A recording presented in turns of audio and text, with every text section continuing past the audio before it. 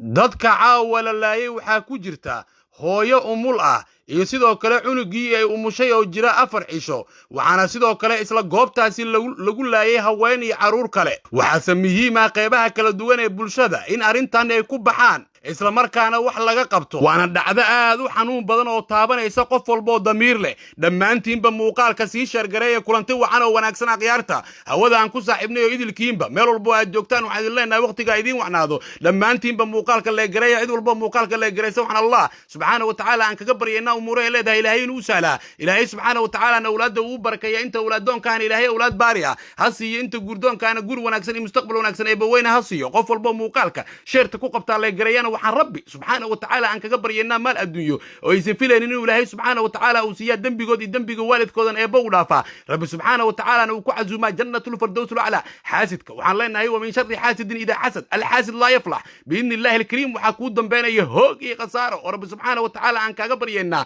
inta xanuunsanna rabbi subxaanahu wa tacaala xanuunkaa ka dulqaado ummadda soomaaliyeed meel walba ay joogtana rabbi subxaanahu wa tacaala gargaarkiisa iyo nasrigiisa eebba weyna ha siiyo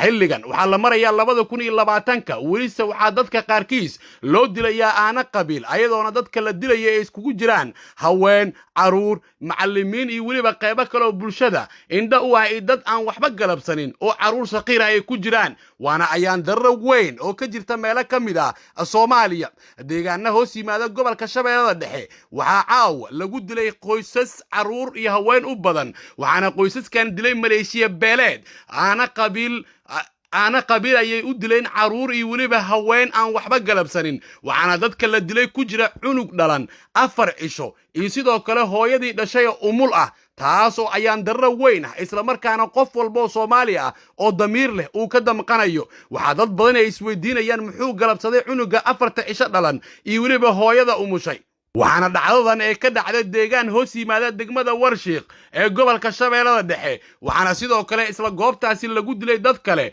oo ay ku jiraan caruur iyo haween waxaana sidoo kale dadka la dilay ku jira hooyo kale oo aan waxba galabsanin isla markaana goobta ku sugneed ayadoona dadka halkaasi wax ku naqday haweenkii caruurta la soo sheegayo in tiradooda ay ka badan tahay ilaa 5 qofood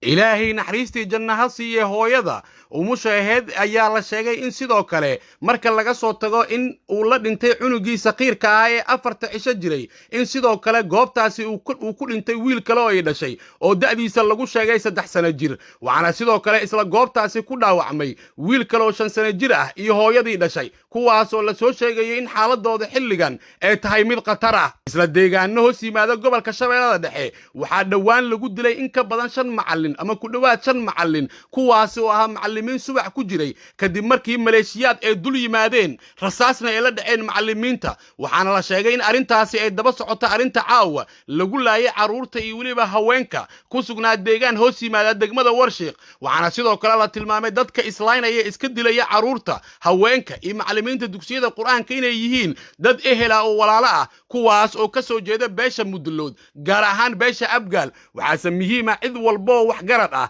iyo weliba cid walbo awood leh ee ku bixi karta colaadda ka jirta gobolka Shabeellada Dhexe caawa maraysa in cunug 4 cisho jira iyo sidoo kale cunug 3 sano jir ah in lagu dilay iyo hooyadii dhashay waxaa muhiim ah in lagu baxo dhammaantiinba muuqaalka sii sheergareeya si bulshada iyo weliba inta awoodda leh arrintaasi wax ka qaban karta muuqaalka uu gaaro